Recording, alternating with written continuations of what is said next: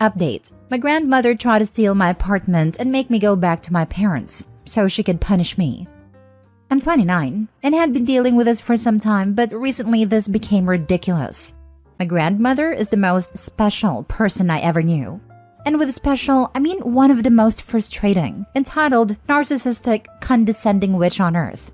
She believes that she's the matriarch of the family, the highest authority that we all must obey, and for that, she had done a lot of things to all the family members over the years. And recently, I became her main target. A couple months ago, she organized a family meeting on her house. Believing it was just a family meal, we all went. And when everyone was there, she revealed her true intentions. It was a trap. Apparently, someone told my grandmother that I was dating a girl, my girlfriend, and basically she exposed me to all the family. At a time, I haven't even told my parents about it yet. The following 30 minutes were a non-stop humiliation in front of my family, saying how a failure I was, a shame to the family, a sinner, and how embarrassed she was that all her church's friends knew I was a shameless pervert. When I couldn't take her insults anymore, I got up from my chair, just to be slapped in the face by her for disrespecting her. After seeing that, the rest of my family finally intervened, got her away from me before she tried pulling my hair. The following weeks, she was nothing more than a constant headache. Endless calls and text messages telling me such beautiful things as that I will burn for my sins, that I was a disgrace, that I should stop fooling around and correct my life. She even lectured my parents, demanding that they correct me, to make me quit my job and find a husband, because that was the right thing to do and what I should be doing. Also, she took every chance she got to say how evil and selfish I was for ruining her good image. Last Saturday, she outdid herself. While I was in my apartment, there was a knock on the door, and when I opened it, I saw that it was her. By that point, I was no longer trying to hide my displeasure from her, and I just said, it's you. What do you want? Without being invited to come in, she slipped into my house, started looking around the place with an obvious look of disgust and disapproval on her face, and then turned to see me with that look of superiority, as if she were doing me a favor by being there. She told me that she had already given me more than enough time to reconsider and correct my life, so she was there so that I could apologize to her. I just laughed sarcastically and told her that she was crazy and that she could go now. She then started lecturing me with the same speech again, but I didn't take it. I interrupted her and let out all the things I've wanted to tell her for a long time.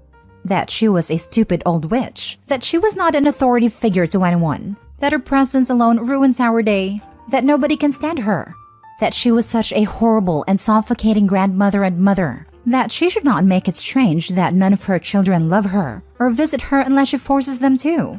I knew I had hurt her by the way she tensed her face and how she tried to hold back her tears. It was then that she said, "Enough. I can see that you don't understand a good way, so I will have to correct you in the old way. Give me the keys to this place. You will return to your parents and you will be grounded until you learn to obey and do what I ordered." I still had the keys in my hand, to which she extends hers as if waiting for me to give them to her. I laughed. I laughed out loud. This was too ridiculous that I couldn't take it seriously. And apparently that made her so mad that she lunged at me, trying to grab my keys. We struggled. There were screams, things falling out of place. The damn witch got to the point of digging her nails into my arms and biting my hands. The scandal was such that a couple of neighbors went out to see what was going on. And when my grandmother saw them, she started shouting that I was a thief and was trying to rob her house. Obviously, they didn't believe her. They were my neighbors. They knew me. They separated her from me, and when she saw that they did not believe her and that I would not obey her, she threatened me with, "Your parents will know about this," and left. Since then, she had been telling everyone how I insulted her and violently attacked her. We all know her. We all know she's a liar. She just makes everyone's lives harder. Now for the top advice before reading the update. Slapped you at 29. What are you waiting for to go no contact? This relationship needs to end. In case you are depending on her financially, your freedom and well-being not worth her money. No contact. I don't depend on her in any way. Me, my mother, and all the family had tried no contact before, but just never worked. No contact works best when boundaries are enforced. No calls, texts, emails accepted. Trespass, non-contact, and protection orders, particularly as she has now physically attacked you twice, and then police called for every breach. A camera on the entranceway. You see her on the street, you walk the other way. Done. She will never agree with you.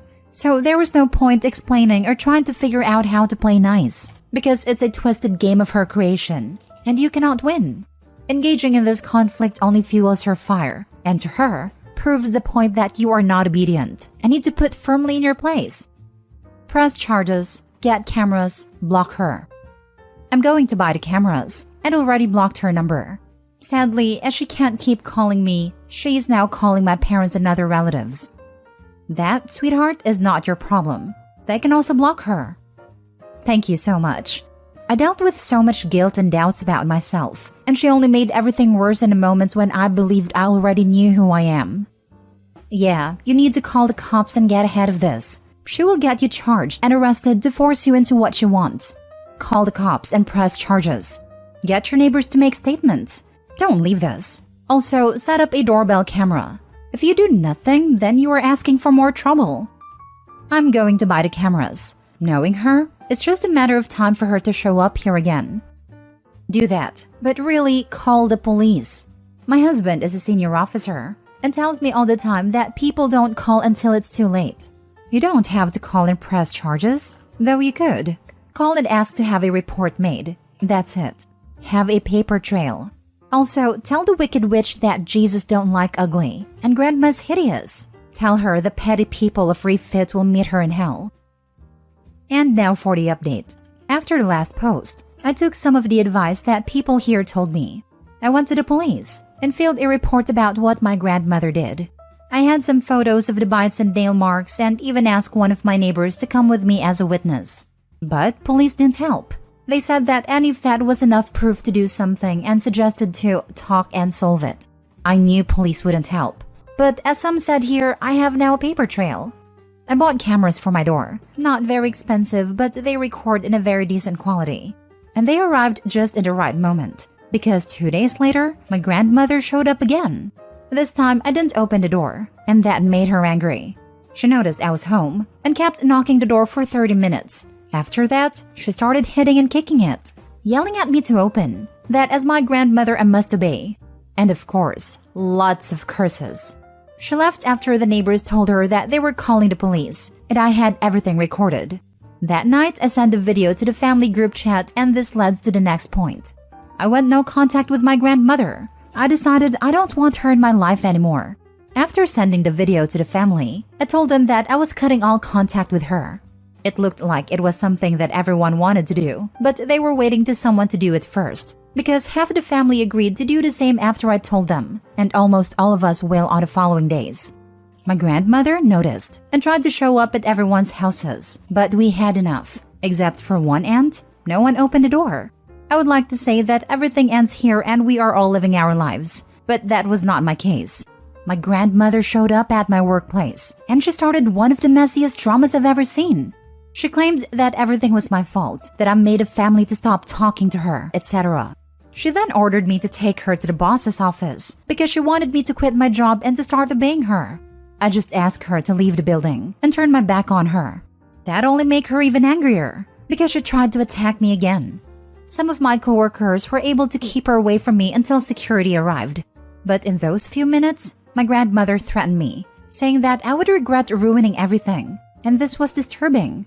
To be very careful because she knows lots of people, and she knows where I live. And it would be too sad that someone breaks into your house during the night, and even worse if he did something to you. Or maybe it wouldn't be that bad if that corrects your perverted deviation. Again, I went to the police, with witnesses and videos of the security cameras, and again they didn't help. But at least now I have enough for a restraining order. How are your police so freaking useless? I feel like a lawyer would do a lot more than a police officer in this instance. I know, and I already have a lawyer for the restraining order. Just make sure you have security cameras around your home. Crazy doesn't rest easy. Wow, just wow. I've heard of nasty fights and arguments between family members, but actually saying she knows people who could do nasty things to you? That just blows my mind. This is getting beyond entitled. This is getting to the point of outright accomplice to an assault, whether it's physical, mental, or even worse. The fact that she stated she knows people could be interpreted as her saying she could put a hit out on you. If your local police won't do anything, try going to the county, state, or federal law enforcement agencies, assuming this is somewhere in the US, which if it isn't, please forgive my assumption. But if local won't do anything, then perhaps going above their heads will be the wake-up call they need to get up off their butts and do their jobs properly. Either way, definitely get that restraining/protection order put into place ASAP. Hope it all blows over soon, and that it was just her blowing hot air. Hope everything works out for the better in the end. Stay safe. I want to say, just tell her, well, Mrs. Last Name, you're dead to me as my grandmother, so just follow the same thing. We just share the same last name, nothing more. But she said she'd put a hit out on you, so that's out the window. Does your place of work have video of the area where that monster said this stuff? You may want to see if you can have a copy for your records for in case she does make good on her threat. Then, you can at least have copies of it everywhere with letters stating, if I'm a victim of crime, look into Grand Monster. She's probably behind it. I have the video of one of the security cameras, and a coworker filmed everything on his phone too. He already sent me the video. I shared it with my girlfriend, my parents, and brother, just in case I need it. Now for the last story. My brother-in-law disrespects my wife and my son, gets scared, and cries to his parents when I correct him. So, my brother-in-law to this day still lives with my in-laws. He's in his early 30s. From what my wife's told me, and I've seen enough evidence to affirm her statements, they've spoiled him rotten his entire life. He's adopted, of the fair complexion as opposed to my wife and in-laws' melanin-rich tones, so she suspects some odd fantasizing on their part that I won't really get into, but could definitely see them participating in. He could burn water. He's that inept. Eats nothing but crap food, is horrendously overweight, doesn't have a job, and actively refuses to get one unless you're doing all the legwork for him. Gets to go to Disney and Universal parks all day, and throws a tantrum anytime he's asked to do any kind of chores, to name a few issues I have with him. He's also super creepy towards my kids, and given a history that's not really mine to explain, but you can guess, that's grounds enough for me to not want him within a mile of my family. He still demands the respect, because I'm an adult and your uncle, so you have to respect me. But I have to put up with him, because I try not to rock the boat as much as possible. My wife's relationship with her parents is rocky enough as it is. A real-life Cinderella story. We got married in mid-2015, and our parents invited themselves to our place on base housing to come see our new home. Of course, they bring entitled man-child with them. This man-child has already been stuffing his face with what little snack foods we've got in the house. Didn't ask to my recollection because we're family, and family share what they have when family visits. Or some such tripe my mother-in-law said. Not too long after, he starts berating and bullying my at the time 10-year-old son. A grown man, harassing a barely double-digit aged child by name-calling. I'm still new to the step-parent / new husband role and don't want to overstep, so I'll let my wife start to handle this. She asks him to stop as it's upsetting our son. He does for a little bit, but goes right back at it a few minutes later. Once again, my wife asks him to knock it off, and that this behavior won't be tolerated in our home, and he starts having another of his ungodly tantrums. As soon as, well, mom says, comes out of his mouth, I put my foot down, both literally and figuratively.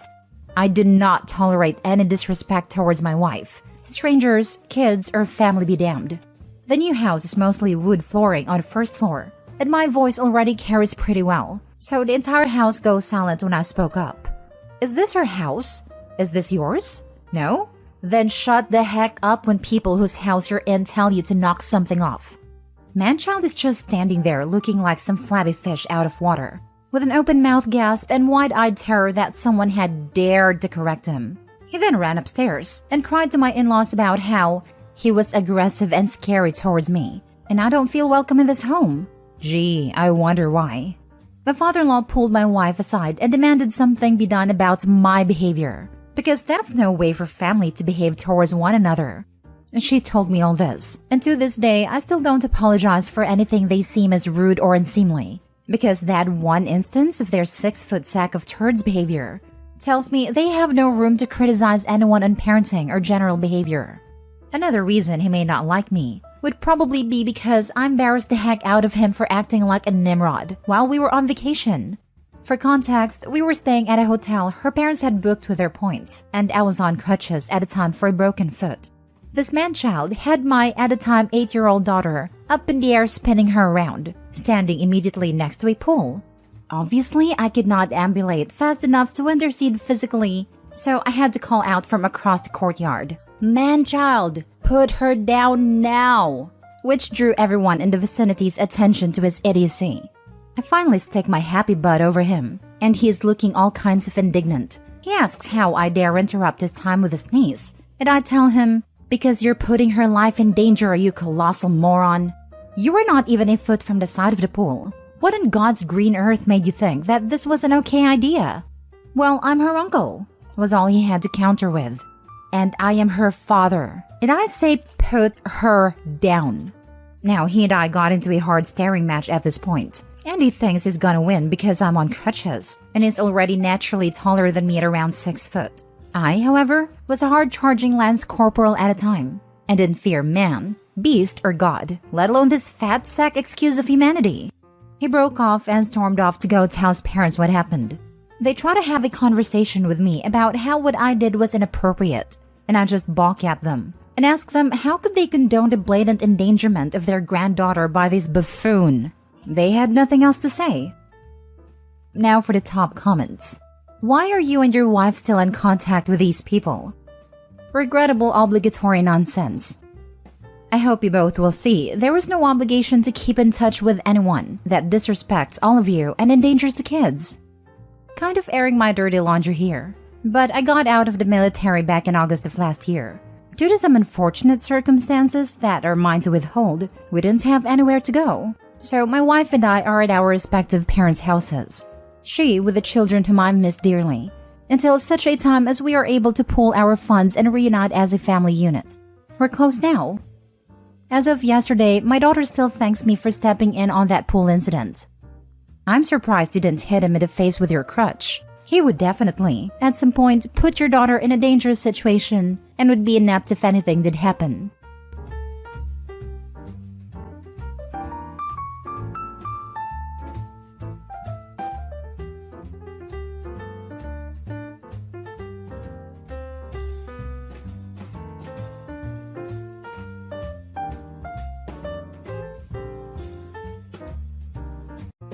I'm AITA Hall for not talking to my cousin and not going to her wedding over a prank and potentially ruining her relationship? Okay, so this is much different than it sounds. My cousin Millie, 30 female, is an ER nurse. Her birthday was a few days ago, and we planned a birthday prank, which was leaving a fake snake on her cake. All fun and games because we do this every year to every family member. Well, apparently this year Millie didn't want it. So she was pretty pissed at the fact we did it. Now, a few days ago, while I was in school, I got a call from Millie during lunch. I thought it would be her saying she's picking me up. Well, no, it wasn't. Millie proceeded to tell me that my mother had passed away in a car accident. My heart dropped, and I felt like puking. My mother and I don't have the best relationship, but I still love her. Millie began to tell me the details of the death and what exactly happened to the point I hung up on her and called my mother. My mom, who was supposedly at work as a nurse, didn't pick up, and I ended up running to the bathroom. I called my dad bawling my eyes out and telling him what happened. He didn't understand what I was talking about because he talked to my mom right before I called. He made me explain everything, and understandably, he was pissed. He picked me up from school and called my mom in the car, just to prove that she was alive and okay. That night, my aunt, not Millie's mom, called a meeting at her house, and we all talked it out. They all were pretty much disgusted with Millie as she tried to justify her choices, but she did end up apologizing. But I got up and stated that I didn't want to talk to her ever again. Now Millie is engaged. Her wedding is coming up soon, and I was supposed to be a flower girl. I'm 15, but they wanted me to be part of it. So now I have pulled out of the wedding, which is what Millie is worried about. She doesn't want people to question where I am, and started to yell at me for being petty. My dad took me home, and I blocked Millie and everything. Her fiancé, who I am close to because he and Millie took care of me when I was younger, ended up messaging me, asking me to come. I told him no, and what his fiancé did was disgusting. He said while what Millie did was wrong for doing it at school, it was just a prank. I blew up at him. She told me my mother was dead. Freaking dead, I ended up yelling. He sounded generally confused and asked me what the hell I was talking about. I told him what happened, and turns out Millie and her mother lied to him and said that Millie just sent a gory picture to me while I was at school. Next thing I knew is that he left to stay with his mother and apologized to me. I apologized to him because I did call him a jerk while I was yelling. Now I'm getting blamed for ruining Millie's relationship. I'm still not talking to her or her mother, but Reddit, am I the a-hole? Now for the top comments. Wait, you're 15? So a grown adult tells you your mom is dead in brutal details, and that's funny? Snake on a cake is mild, nowhere near traumatizing, unless you have an extreme phobia. Not an a-hole. We checked with her close friends at her fiancé if she had a phobia against them. We got a firm no from all, which is why we went with it.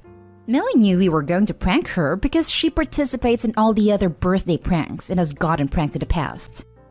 So, wait a second. She participates in the pranks and then has a hizzy and turns into a psycho abuser when it's her turn? Good riddance.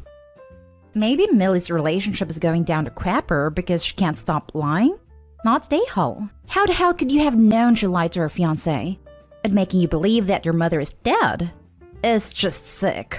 I don't blame you for not wanting to be a flower girl for someone who did that to you. I don't know the inside of their relationship, but I do know that they have been together since I was 8. Never really saw any problems with their relationship, which is why I feel bad about this. And since you don't know the insides of their relationship, you are not responsible for its outcome. You simply stated the truth, and why wouldn't you? Stop feeling bad about things you have no control over. You didn't make her do that awful prank, and you didn't lie to her fiancé. Going back in time, there's nothing you could or should have done differently. Calling someone and telling someone their mother is dead is not a prank. It's an act of cruelty. Your cousin deserves the fallout as a consequence of her own hurtful behavior. You are not the a-hole. Especially when the person calling is an emergency room nurse. Next story is titled, Am I the a-hole for bringing up a past issue with my father at a family wedding when pushed to talk? My cousin got married 3 weeks ago. Cousin and I are paternal cousins related through my father. Father and I are estranged, and the first time I saw him in the last 4 years was at the wedding. While there, he approached me multiple times to talk. I said no firmly more than a dozen times, until he pushed yet again and I snapped. Some background, my parents divorced when I was 5. My dad put his relationships before me a lot, and it was hard to be around him at times. Some of his girlfriends were fine, others were not. When I was 10, he met his wife, and when I was 12, she got pregnant. I lost my mom the day their oldest was born. My mom was dead a whole hour when he showed up. Same hospital, but he was with his wife, and tried to get me to act all excited to meet the baby. That stuff was hard, I won't lie. We actually got into a fight the very next day because I had no interest in meeting the baby, and a year later when it was her first birthday, I was all depressed and it was an issue, especially when I didn't want to join in the celebration. The relationship was already broken, but by then it was gone beyond repair. He was mad and thought I was selfish. I felt abandoned and couldn't share their joy because I lost the most important person in the world to me. I moved in with my grandparents about 6 months before my 18th birthday, and the day before my birthday was the last time I spoke to my father. Until the wedding, and like I said, I snapped when he just kept approaching me, and I told him that he freaking sucked for expecting me to be happy about a baby being born the day my mom died, and that he abandoned me for his wife and new kid when I was losing the most important person in the world, and then he called me selfish? I told him that he had let me down and nothing he could do would fix it, and I could not make it more clear that I didn't want anything to do with him. I ended up leaving the wedding, but my cousin followed me out and tried to talk to me into staying and reassure me I did nothing wrong, but I didn't want to make more of an issue. But my aunt is pissed. My aunt is my father's sister. She told me I was an a-hole for making such a scene at my cousin's wedding, that I should have continued walking away, that it was terrible to say that where others could hear.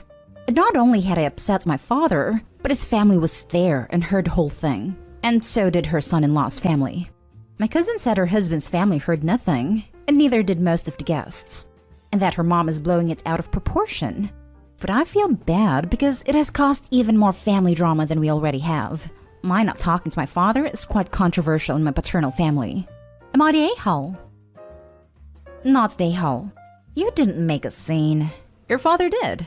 You told him repeatedly you didn't want to talk to him and repeatedly ignored you. Since his putting his knees over yours was the root of your initial issue with him, I don't think he's changed much. I'm sorry for the loss of your mother, Opie. Take good care of yourself.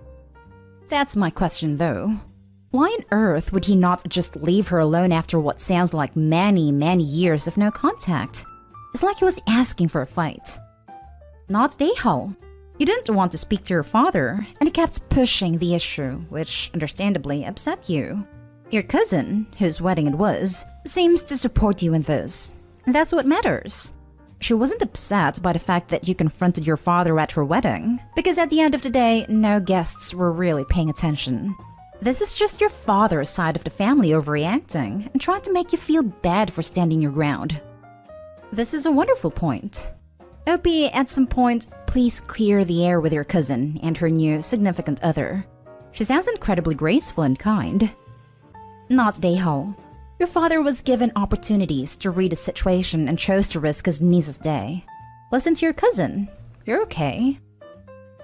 Now for the next story. I'm mad at Dahal for being upset that my parents are skipping my graduation for my brother's wedding again. I'm 23 female, graduated with my bachelor's last year, and I'm now working on my master's. I'm the only child out of 6 to graduate college and get higher ed.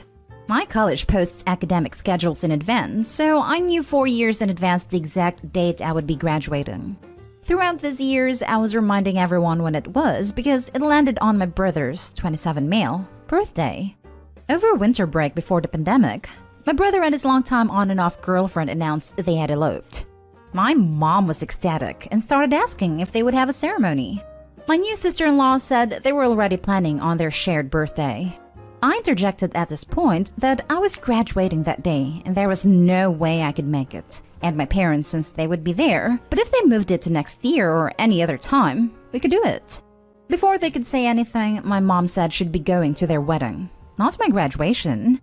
I asked her if she was really going to skip something I've worked so hard for that I feel is a huge accomplishment. I could see skipping if they were going to get married, but they had already eloped and it would just be the ceremony. The next few months were very tense and icy, until the pandemic shut everything down anyway.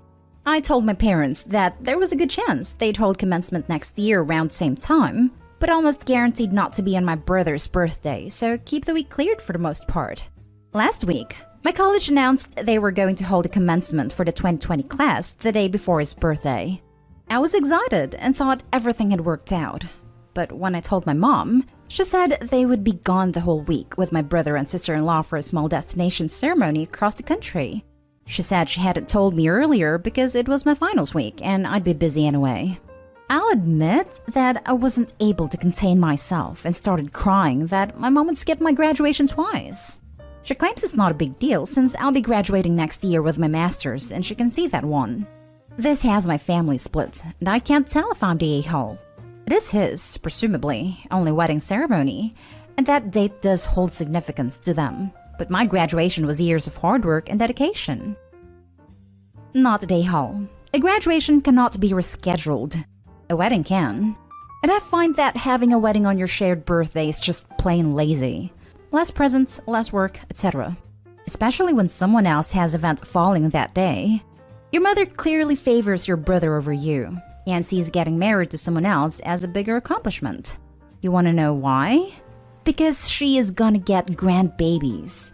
And they're probably going to have the same last name as her. If she treated you equally, she'd be begging your sibling to change the date.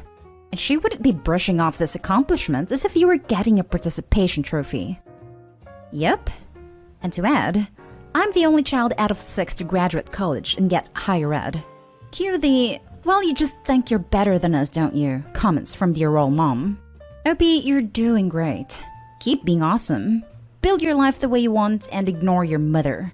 She's not capable of giving you the love and validation you need. I'm sorry. She's a terrible mother for treating you that way, and you deserve better. Maybe some therapy at your college student center might help. Keep studying and reach for your goals. Don't let your family stomp down your spirit. You deserve better than that. Not Dahal. You had that date set for years. Your family sounds like a bunch of selfish a-holes, to be honest. Agreed. She claims it's not a big deal since I'll be graduating next year with my master's and she can see that one. If you weren't committed to a graduation date announced years in advance, you won't be committed to next year's graduation if brother has another celebration conflicting with a graduation date. You shouldn't make promises you can't keep. Now for the last story. Am I the a-hole for not taking pictures at my sister's wedding? My sister, 36 female, and I, 27 female, got married the same year. It was time for her wedding, and she decided to have a very small wedding, mostly family only, but even then, not everyone was invited. She got married in California and we all had to travel to her wedding. She had hired someone who offered a wedding package that included officiating the wedding, photography, and taking care of the legal stuff afterwards, submitting marriage license, etc. My other sister and I were her bridesmaids. At the time, I was a wedding videographer and had started getting more into photography. Since this was a combined vacation with all the wedding stuff, I brought my nice camera. I took a few pictures of my sister and her bride before the ceremony for fun, and then didn't during the ceremony because I was in it. After the ceremony was finished, my sister, her bride, and the officiant/photographer pair that she hired went to take bridals on the beach. I didn't follow. As a wedding vendor myself, I hate when that family member is at the wedding, with their nice camera taking pictures right over your shoulder and acting like they were the ones hired. I find it super annoying and disrespectful as a wedding vendor myself.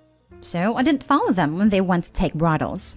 I visited with family and enjoyed the beach while we waited to head to dinner. Well, turns out she hired some shady people and they ghosted her after her wedding. They never turned in her marriage license, and she never got any of her wedding photos. She was devastated and pissed, for very obvious reasons. But somehow this was also my fault. She had no wedding photos because of me. Because I didn't hover and follow them around or direct the shoot and take the exact same photos as the person she hired to do it. It is my fault she has no photos of her wedding. In the few years after her wedding, she grew to resent me and hate me for that. And she completely removed me from her life, but she keeps in contact with the rest of my family. They have asked why she hates me and won't talk to me, and this is a huge reason.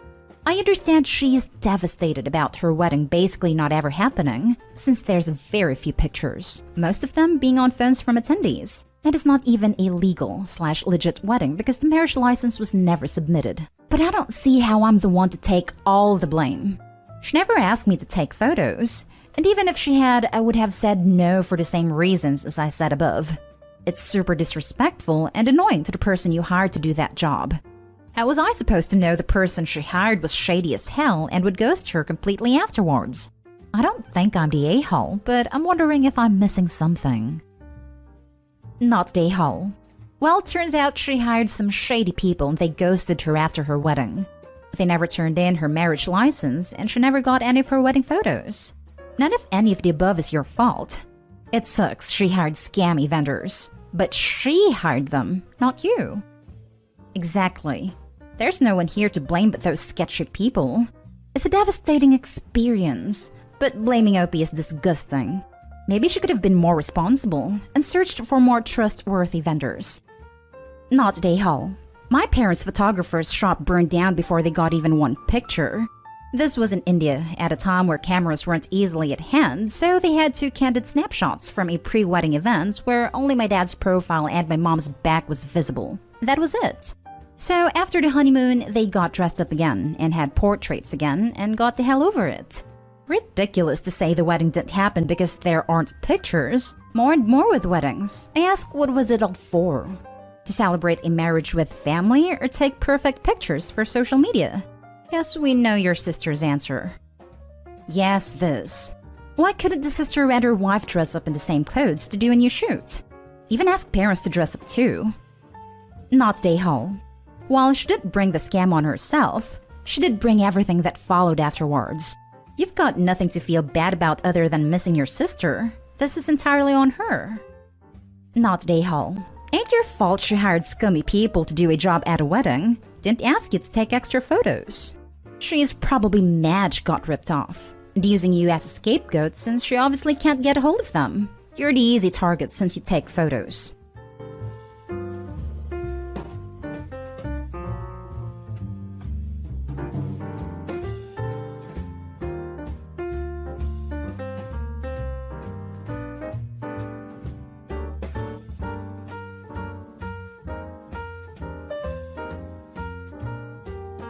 Am I the a-hole for refusing to apologize so I can live with my dad again?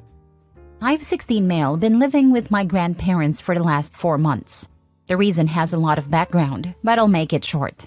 I was bullied a lot by this girl, Sarah, 16, in school. She bullied many of us, from kindergarten on. When I was 9, my dad and Sarah's mom started dating. I felt so betrayed and hurt. Sarah didn't stop bullying. My dad and his, now wife, tried to explain why Sarah was as awful as she was, saying she had lots of trauma. But it didn't change anything for me. Sarah's told me she hopes I end up like my mom, who is left with severe brain damage and needs 24/7 care in a facility. She encouraged another kid to hurt themselves and threatened to unalive someone else. So my dad making her a stepchild was really hurtful to me, and expecting us to be a family felt like a huge betrayal. Around 2 years ago, I went from being terrified of her to hating her. And I really hate her by now. 4 months ago, my dad and his wife told me Sarah was sick and could die. I couldn't even pretend to be upset. My dad's wife said I should be more concerned, and I told her I don't care if Sarah dies. She's made my life hell, and I'd be happier with her out of my life. She started freaking out, claiming I wanted Sarah dead. I told her Sarah isn't a good person and nobody at school will be sad about it. She insisted I needed to leave. My dad was upset and told me he didn't want to lose me, but he didn't approve of what I said. I told him I don't care what he thinks, and that he betrayed me when he brought Sarah into his family. I told him I could never forgive him for it. My dad's wife is okay with me moving back in if I apologize. For the last month, my dad has asked me to apologize so I can live with him again. I said no. I told him I'm not sorry and that none of them deserve an apology. He said he's not choosing them over me, and I told him not now he's not, but he already did when he chose to date Sarah's mom. My dad's wife is angry that I won't apologize. My dad is upset because he wants me back, and Sarah's getting worse and hasn't found a match for a transplant yet. Am I the a-hole? Now for the top comments. Your dad should have defended you from the start. He's the instigator of this entire problem. Don't apologize. The dad is definitely the instigator and owes him an apology. Yup, people act like they have to get married and live together. If your kids don't get along, for whatever reason, then just date until the kids are out of the house. What an awful situation, and grown adults put you there through their bad choices. And they are still making those bad choices. Why do they care what you think? What does your presence accomplish? Do they think you will sit and hold her hand to keep her from being bored while sick? Personally, as a parent, I wouldn't want you near her while she is sick and vulnerable. You have every right in the world to treat her as badly as she treated you while she is unable to fight back. And it would be incredibly tempting. I couldn't say that I trust myself in the same situation, but that would hurt you in the long run. I'd want to protect you from your young, angry, and emotionally immature self as much as I could by keeping you away. You don't need that kind of temptation. None of us do. Not the a-hole.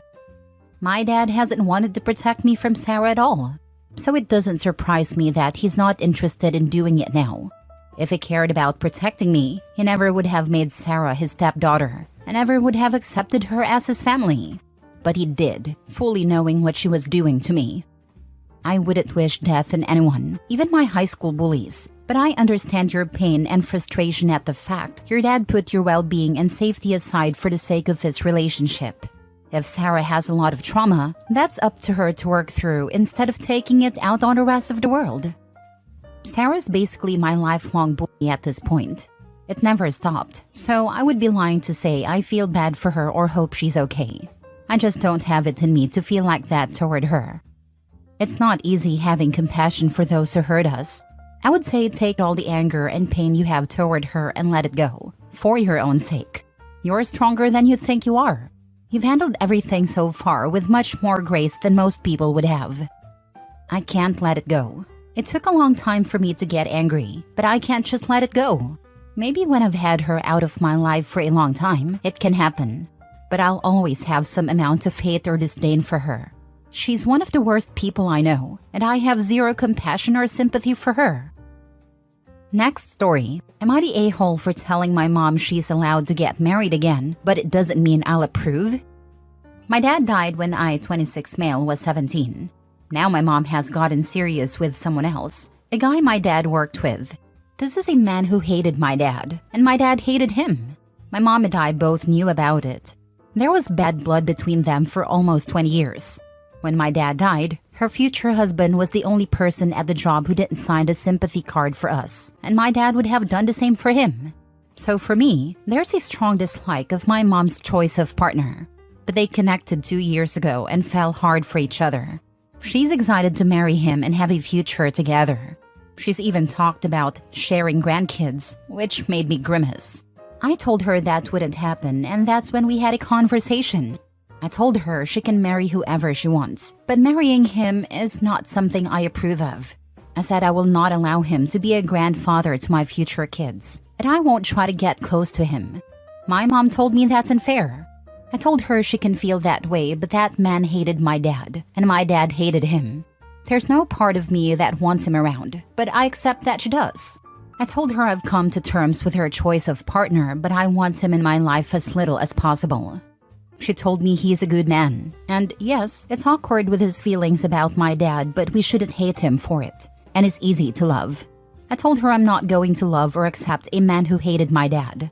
I asked her how we'll handle my dad's presence being a part of my life, especially at my upcoming wedding next year. She told me it won't be easy for him and admitted that a lot of people are already against him because of his and my dad's feud. My mom got upset and said she really wants my approval of him and for him to be accepted as a future grandfather and father-in-law to my fiancé. I told her I'll never stop her from marrying him, but I won't approve. She's angry and upset with me. She said she wants to share her happiness with him and believes she deserves it, even if I don't think he does. Am I the a-hole? Not the a-hole. You told the truth. It's an odd situation. She can be happy. It doesn't mean you have to pretend. Yeah, odd is a good way to describe it. Not the a-hole. Your mom is allowed to find love again, but you're equally allowed to have boundaries about someone who openly disliked your dad and wouldn't even sign a sympathy card when he passed. That's pretty cold. Your response was actually really mature. You're not trying to stop their relationship or marriage. You're just being honest about your own boundaries. You're not obligated to pretend this guy is going to be some loving father figure or future grandpa when he couldn't even show basic human decency when your dad died. The whole sharing grandkids thing is especially wild coming from your mom. She can't force a relationship between her future husband and your kids just because she wants to play happy family. That's not how it works. Also, the fact she's acknowledging it won't be easy for him to handle your dad being mentioned at your wedding is a huge red flag. This guy's beef with your dad was so deep he's uncomfortable with basic respect for the deceased at his own stepson's wedding? Yikes. Stand your ground, OP. You're being way more reasonable than most people would be in this situation. Your mom can marry whoever she wants, but she needs to accept that actions and past behavior have consequences. OP, you never thought to ask your mom, why him? Out of all the men in the world, she had to defile your father's memory with a man she's known for years her beloved husband hated? Something's fishy. Do you think your mom truly loved your father? I know my mom loved my dad, even if it's harder for me to see right now based on her choices. We've talked about it, but I just can't understand. Not the a-hole, but I would talk to the guy. Ask him the hard questions. Why did he sign the card? How does he feel about your mom keeping a picture of your dad displayed at the house so the grandkids can be told stories and memories of their birth grandfather? How has he changed to become a person your mom can love? Maybe ask your mom how she even felt comfortable enough to go on a date with him. What has he done to prove he's not still holding a grudge against your dad? If his answers seem appropriate, I'd agree to holidays and occasional dinners and see how things progress. As a parent, I always believe the more people who love and care for my kids, the better, even if I don't like the people. If they are generally good people, they can be around my kids. If he can't give good answers, F him. I am not interested in talking to him. He isn't welcome in my future kids' lives, even if he loves them. The idea repulses me. Next story. Am I the a-hole for not continuing a relationship with my ex-wife's daughter? My wife of 8 years had an affair with a coworker. I stayed married to her because our daughters had been together since they were 2 and 3. She had an affair with the same guy again, so I threw her out and divorced her. Now, she texts and emails me despite me telling her to leave me alone, begging me to maintain a relationship with her daughter and to allow my daughter to have one with her as well. I've explained to her several times that they aren't sisters and I'm not her daughter's father. Her own father is a POS, so I get it. But that's not my problem anymore. She should have considered the consequences of her actions before doing anything. I was okay with raising a kid that wasn't mine while we were married, but she showed her appreciation for that by cheating. Now, she doesn't get access to me in any capacity. She tells me I'm cruel and heartless because her kid is miserable without us. I told her to ask the guy she cheated on me with to raise her kid. Am I the a-hole? Not the a-hole. It is sad for the kids, but it's better for you to make a clean break so everyone can heal. My dad was married, and I had a stepbrother and stepsister for a while when I was a kid. They divorced, and I never saw them again. I lived. To this day, I don't even think about them or their mom. Not the a-hole. You were there for her daughter while you were married, but after the affair, it's understandable that you want to distance yourself. You're not obligated to keep that relationship going, especially after everything that happened. I completely agree. Sometimes a clean break is the best way to heal, even if it's tough for the kids. They'll adjust in time, just like you did, OP. Not the a-hole. As a social worker, my heart hurts for the child who lost an adult she was attached to because of her mother's actions. She's not your responsibility, of course, but if you haven't already, you might consider having a conversation with her to answer any questions she might have before completely disappearing from her life. Maybe the mother should answer those questions, since she's the one who made the effort to cheat, not once, but twice. It's not his responsibility to explain to her daughter why her mom couldn't stay faithful. The mom needs to take accountability for her actions and explain them to her daughter. Never date a single mother. It only benefits her. I'm 48. I don't have anything in common with girls in their 20s. And women in my age range all have kids. So, never date again? Spend some time by yourself and decide on the characteristics you want in a potential partner. Don't rush things. Get to know her. In all honesty, based on Reddit, it sounds like most men cheat. I've honestly wondered if there are men in the world who want to be monogamous. Anyway, not everyone is the same. You just haven't met your person yet. Don't shut down your heart. Last story. Am I the a-hole for telling my dad he's a better stepdad than dad, and I won't stick around to watch if it keeps happening? My 16 female dad isn't the worst dad ever or anything. He works to provide for me. He wishes me happy birthday every year and says he loves me sometimes. He buys me gifts for Christmas and my birthday, and he takes me to the doctor if I need to go, or used to, but he's never spent any time with me. When Mom was alive, he never felt the need to, I guess, since I had her. After she died, he wasn't there to comfort me or anything. That was left to a few different family members on both sides of my family. When he got married again, he made a bigger effort with his stepkids, 13 female and 10 male. He's been married for over 4 years now, and it takes his stepkids out one-on-one. He goes camping with them, takes them for pizza and ice cream after school on Fridays, and take them to football games or local plays. He still doesn't do the same with me. I've never spent quality time with my dad, but for over 4 years, more like 5 counting the time he was dating his wife, I've been forced to watch him to do better for her kids. His wife has tried to take over as the parent for me, but I don't want her to. While I'm civil, I haven't worked on us being close because I don't want to. I've instead tried to get him to be a better dad to me and failed.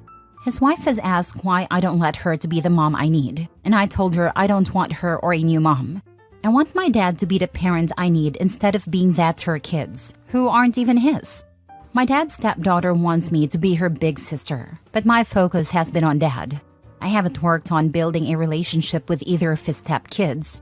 I'm nice. I don't ignore them if they talk to me, but none of these relationships are going to happen if my dad decides he's never going to step up for me.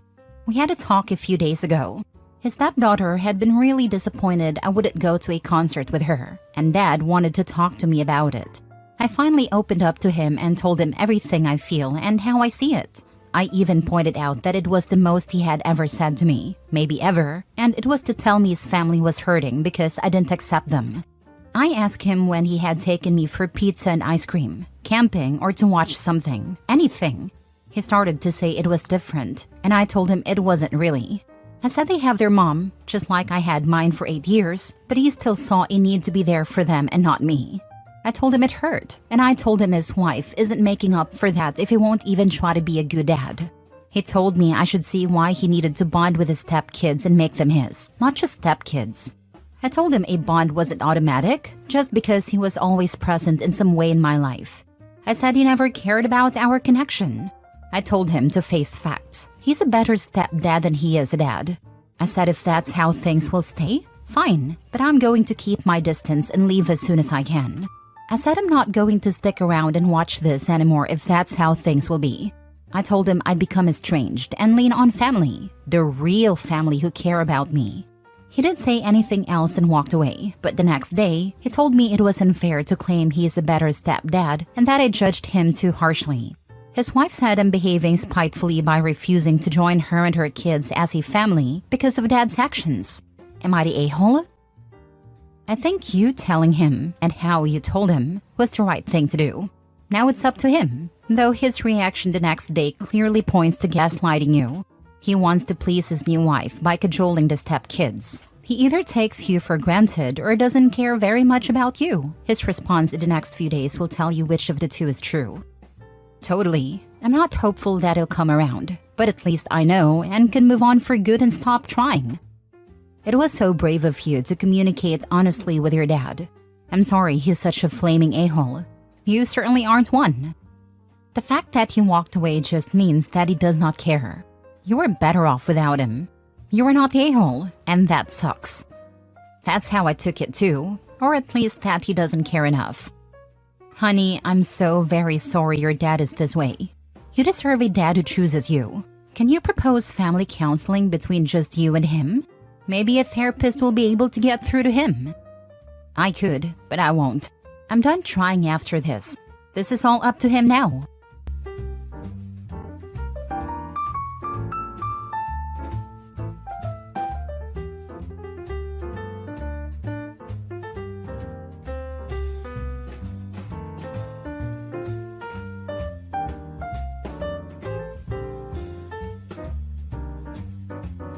Am I the a-hole for not giving my biological dad my kidney and waiting for my adoptive dad's kidney surgery?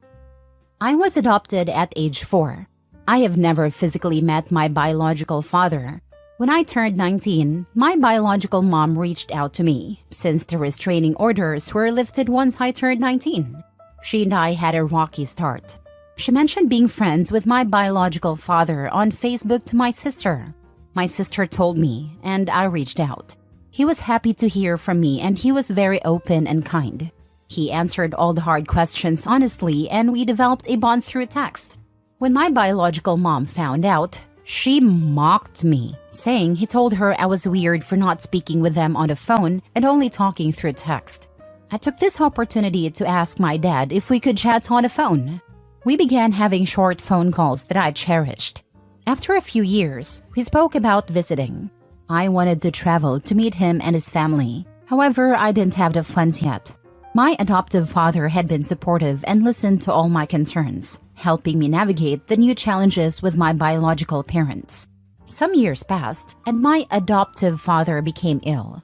He had kidney failure and needed a new kidney. I worked hard to get my health in check in case I was a match. However, my adoptive father would not let me check to see if I was a match, nor would he allow his 3 biological children to be tested. We waited, and eventually a donor was found. During this time, I found out my biological father also had kidney failure and would need a kidney as well. I did not offer to help, nor did he ask. My biological dad became sicker and sicker while my adoptive dad became well again. My fiancé and I eloped. We still planned a wedding for the following year but wanted to be married. During our planning, I found out I was pregnant. I told my family, his family, and my biological father/mother. Everyone was elated. A few weeks before the wedding, I received a call from my biological dad's sister.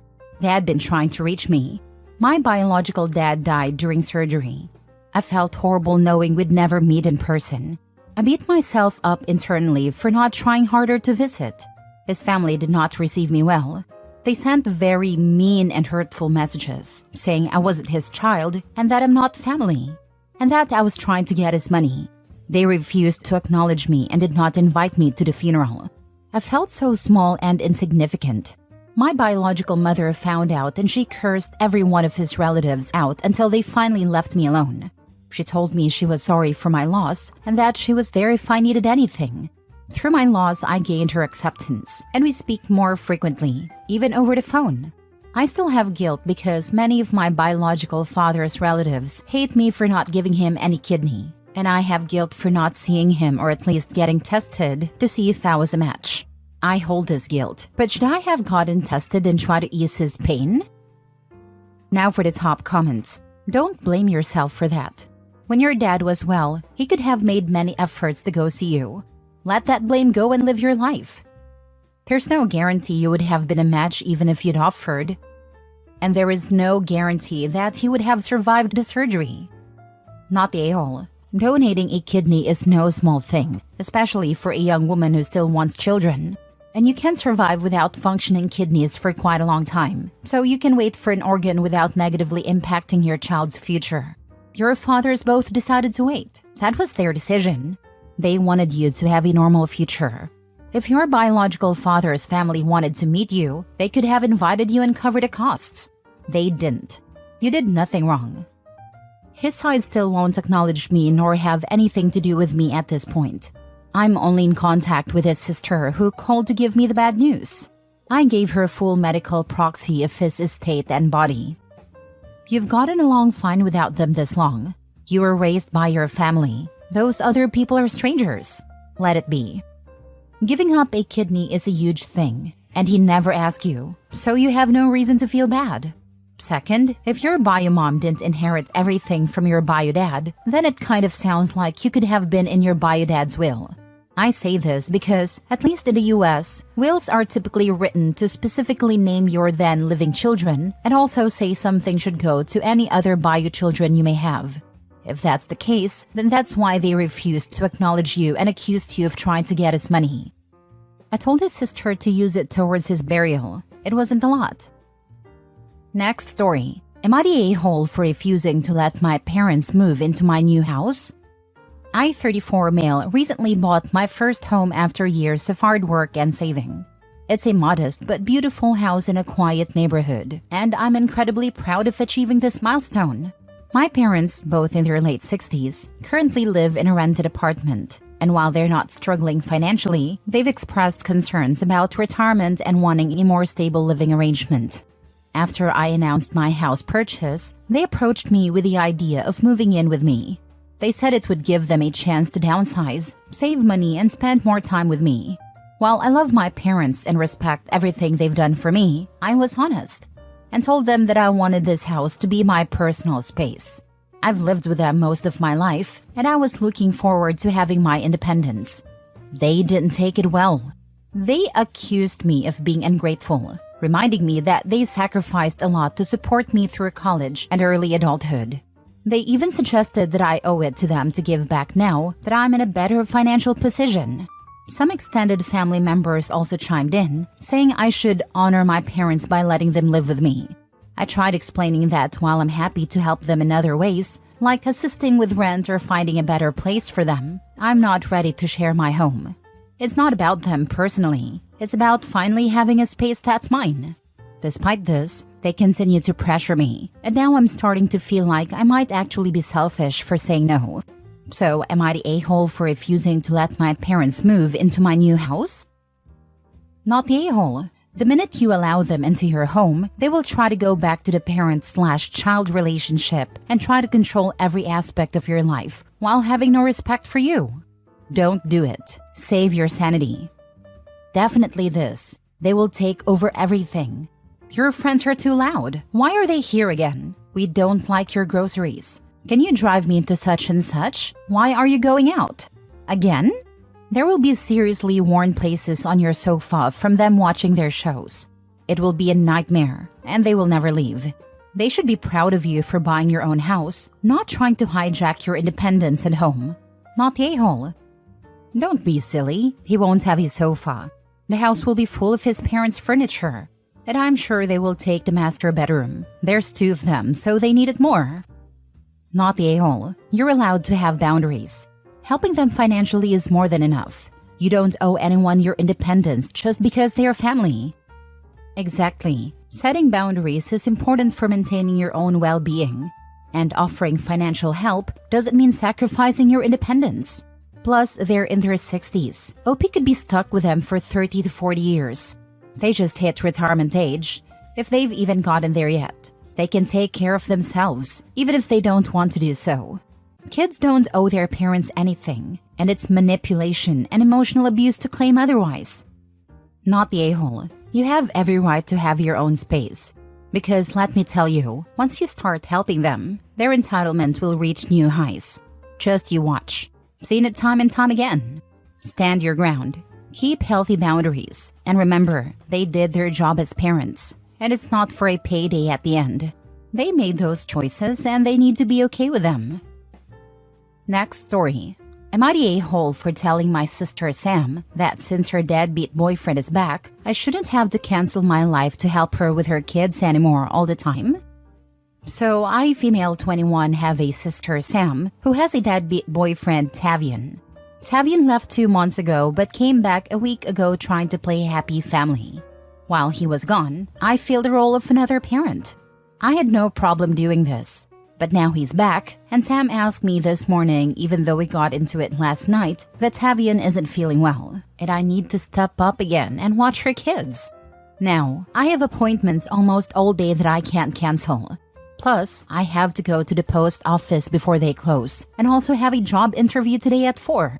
She didn't like this and told me it's my job as an aunt to step up when the parent can't. I told her she's ridiculous. Since I'm choosing not to have kids right now, I shouldn't have to be another parent to someone else's kids. I told her that I don't care if he is sick. He was away for 2 months, and all of a sudden he's back but isn't feeling well? Not my problem. She got mad at me and I hung up the phone. Tavian found me at the post office and started yelling at me outside, saying I'm a terrible aunt and that the kids look up to me. I told him at least I didn't leave for 2 months with literally no goodbye to anyone, and then suddenly came back pretending to care. Tavian told Sam what happened and she tried to get Kay and Nat involved. They both told her that I was clearly stating boundaries, and that since Sam likes her boundaries to be respected, she needs to respect mine. So now I'm thinking of either going low contact or even no contact for my own mental health. So am I the a-hole for telling Sam that since her deadbeat boyfriend is back, I shouldn't have to cancel my life to help her with her kids all the time anymore? You should not have to cancel your life to help her with her kids all the time. Period. If you do, you're doing her a favor. It's not an obligation. Apart from that, the fact that their dad is not fulfilling his actual obligations is obviously bad. Why is it so hard for people in these situations to say this and mean it? Did not do the banging, not doing the rearing. That would be my answer to them both, and it wouldn't even be a long conversation or debate. That sentence is complete. Oh, so he was well enough to go to the post office, but not well enough to take care of his own kid? Tavian is a loser. Make sure he and your sister both know that. Not the a-hole. Their spawn, their problem. Yup, he actually hit me very hard as well.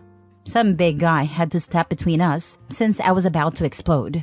I don't put up with anyone, man or woman, hitting me for no reason. Next story. Am I the a-hole for insisting my brother and sister-in-law will be parents of the groom at mine and my fiancé's wedding? I, 26 male, was raised by my brother and sister-in-law. My brother is 14 years older than me, and he and sister-in-law met in high school and started dating. He was already bringing me up because our parents did not want to parent again. They weren't great to my brother, but at least kept him alive. Without my brother, that wouldn't have been true for me. I was dumped into his arms the day I was born, and they told him to figure it out. When he moved out, I moved with them, and sister-in-law's parents became my grandparents. We lived as a family from that point on. I call them mom and dad even though they never adopted me. Their kids together are my siblings, and we were raised as siblings with me as the big brother. They were there for everything and even helped me get into college. I met my fiancé in college, and she knows my family history as do her family. This was never a problem before wedding planning began, but some of her relatives, and she has stood up to them when it comes to this, have complained about my parents being listed as such, instead of being listed as brother and sister-in-law of the groom. They say it already sounds weird that I call people who look only a few years older than me mom and dad, but for the wedding, it will look awful, and like we're wild people to call people who could pass for just 10 years older parents of the groom. My fiancé said it's not those relatives' decisions and that they need to respect ours or they won't be at the wedding. They said I should realize, or someone in my family should realize, how trashy it will look to people and how my brother and sister-in-law will look to others. For those who ask, my family knows how my parents, siblings, and grandparents will be listed. I won't say they were demanding it, but it was expected since I called them mom and dad. Am I the a-hole? Not the a-hole. Whoever is creating drama because of this can get over themselves. How dare they demand you demean your brother and sister-in-law's efforts, raising you just for their special fees? They're the only parents you have ever known, and they deserve that recognition. I can't imagine the hurt they'd feel if they were erased on your special day. You're definitely not the a-hole. Your brother and sister-in-law raised you, and they deserve to be recognized as your parents on your special day. It's unfair for anyone to expect you to downplay that bond just to avoid making things uncomfortable for them. I'm just glad it's outsiders having a problem with it, and not your brother and sister-in-law suddenly refusing and turning their backs on you, as I feared when I read the title. Your wedding, your family, your choice. Everyone else needs to sit down and be quiet.